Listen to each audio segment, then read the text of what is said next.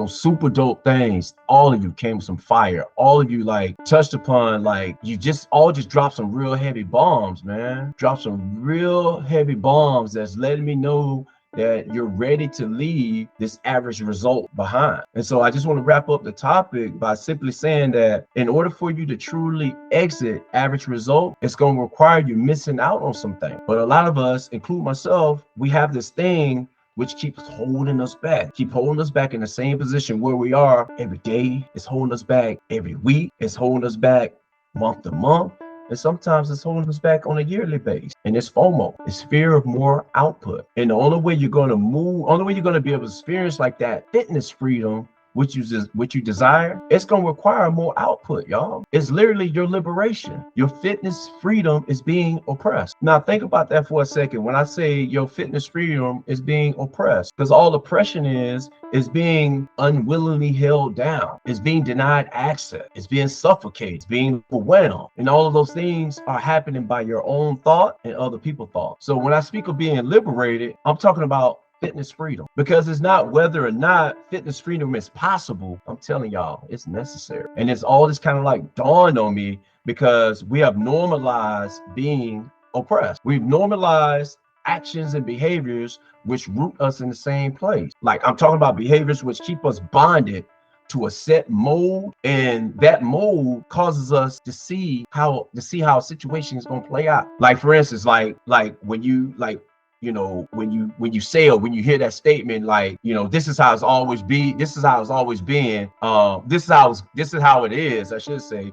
And because of this how it is, this is how it's always going to be. So we normalize those strange actions and behaviors because that's something that we've always done. We don't even understand why we always done it. Like I remember as a kid growing up, like it was normal that I got two pairs of shoes twice a year. It was normal. Like I got two pairs of shoes at the beginning of the school year in the fall, and I got another two pairs of shoes at Christmas. That was normal. Total of 4 pairs of shoes a year. That was normal. Like it was normal that, you know, that my family, we moved from duplex to duplex every 1 to 2 years. I thought that was normal behavior. Another thing I thought was normal growing up was like seeing older siblings help raise the younger siblings because both the parents are at work. That was normal behavior in the neighborhood I grew up in. Another thing was normal was like when my parents started talking about paying bills or started talking about finances, it was normal for the kids to leave the room. Like it was familiar for me to go out in the neighborhood and collect cans and hustle up on a little pocket change until I was old enough to get my first job at Winn-Dixie bagging groceries. Like it was normal to have a little hustle in the neighborhood as a kid. So what happens when we start to normalize conditions, actions, and behaviors which are substandard? Here's one thing we got to understand when I'm talking about fitness freedom. We got to free our minds first. And if I was setting up a mindset triangle offense, we got to get a handle on what we think, how we speak, and what we do, because this will normalize truly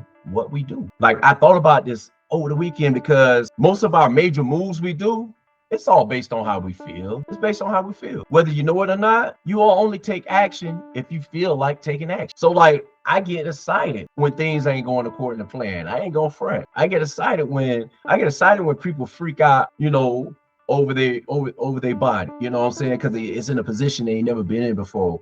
I get freaked out, you know what I mean? I get excited when people, you know, experience, you know, some weight loss or some weight gain. Like I get experienced when like I get excited, you know what I mean? I get ecstatic when, you know, when people step on the scale and the scale hasn't moved. You know, I get happy because I see the process differently than most coaches. I see it differently than most people. Because I see it differently, I talk about it differently. Because I talk about it differently, I take action differently from other people. And that allows me to create an emotion which frees me to execute in a completely different way. So now fitness freedom, it comes when you feel a certain way that others don't. So when I think about weight loss and when I think about contest prep, because majority of these both processes are focused around a caloric reduction. Most people, they've normalized eliminating or reducing carbs. Like you normalize increasing your protein intake. You normalize adding fat in your diet before you go to sleep. So when you do that, you actually put a cap on what you actually able to do, or you put a cap on being able to take a different path of dropping a few pounds. So I come along and I say, man, eat the carb. What you doing? Eat the carb. I come along and I say, drop your protein intake. Here I come. I tell you, hey, you know what? Your fat intake, it needs to stay below 25% of your entire caloric intake. People look at me like I'm crazy. They tell me, Chris, I'm gonna get fat. They tell me, man, I ain't never gonna lose no weight. Chris, what are you talking about? This ain't gonna work. But then I literally say, I ask them, you know, what's been your ROI? What's been your return on investment doing the way you've been doing? Like, how much weight have you lost and regained over the last 2 to 3 years? Like, do you have the ideal body you've been chasing since 2021? I'm talking recent. Like, what does your fitness freedom look like to you? Like, what does it look like? But let me back up for a second, because all this stuff, it all comes down to how we think about our freedom. Like, what are we saying about our freedom? Like, what emotions are produced about our freedom? Because those three will create the life we live based off the actions we take. Or better yet, your fitness level that you are at right now is your return on investment from how you think, speak, and felt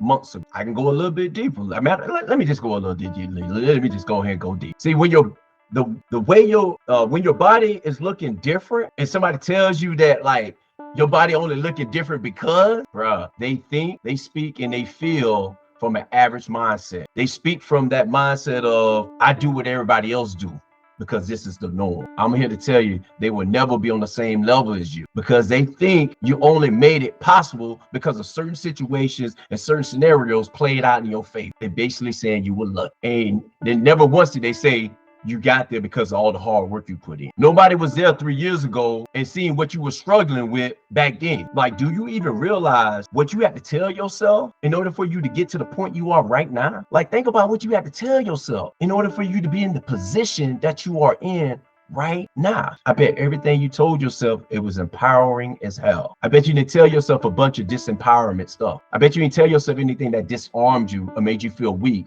or made you feel feeble. So the problem, like, you're facing right now, as we're currently like 9 weeks inside of 2024, you're just too comfortable thinking disempowerment. You're too comfortable speaking to people who enrich disempowerment into your life. Like, way too comfortable with letting other people enrich your soil with their fears. So when I talk about freedom or more output, so when I say that, all of a sudden everybody want to become Helen Keller. They don't want to hear it. They don't want to see it, because you're believing what somebody else is saying, because you're believing what somebody else is saying is enough. Like, your fitness freedom is a byproduct of what you think, speak, and feel. The reason why I call it a byproduct is because it changed based upon your action. Like, I'm gonna let you on a little secret, y'all. I'm gonna let you on a little secret. Everybody can't go with you where you're going. There's some people you gotta leave behind. So anybody that put a but only because if I had this chance, if it was me, on your success that you experiencing, you got to leave them behind, y'all. I was thinking back to when I was a lifeguard. Believe it or not, I was a lifeguard at like a community pool, and in the neighborhood I grew up in as a teenager. And during the process of learning how to save someone from drowning, you got to learn to either knock that person out or let them drown, because you only got two options in that situation. You can save 2 lives or your life, because when somebody is frantic and panicking, they're a liability. So some people you're gonna have to let drown because they're a liability to your success. If you think that's cruel, man, same thing happened in war. The medics call it triage, and they don't get as much time as you get. They literally got to make a split-second decision whether or not to figure out if this person's worth saving, or they got to let them go. So let them drown. Sometimes you got to let them drown, y'all. It's your fitness freedom. We can't let another week go by talking about what had happened was. We can't let another month go by talking about what had happened was. We can't let another year go by talking about what had happened was. So it really does kill me when people say, bro, I've been putting in all this work though. So I'm like, so what? I don't care about all the work you've been putting in. Do you really think the amount of work you're putting in is going to equal the amount of results you're going to get? Harsh reality. Nah, fam, it ain't.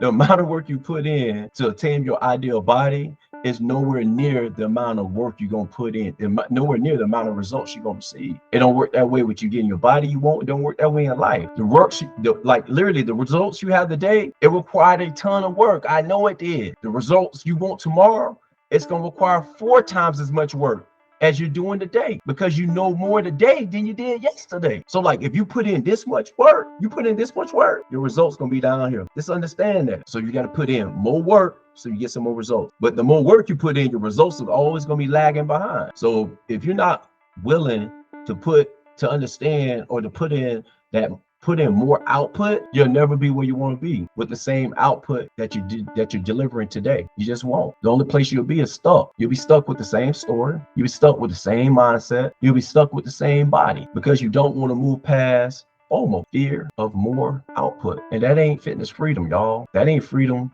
in life in general, because true freedom is knowing what your target is and unapologetically directing maximum energy towards hitting it. That's where your freedom's at. Can you dig it? Can you dig it?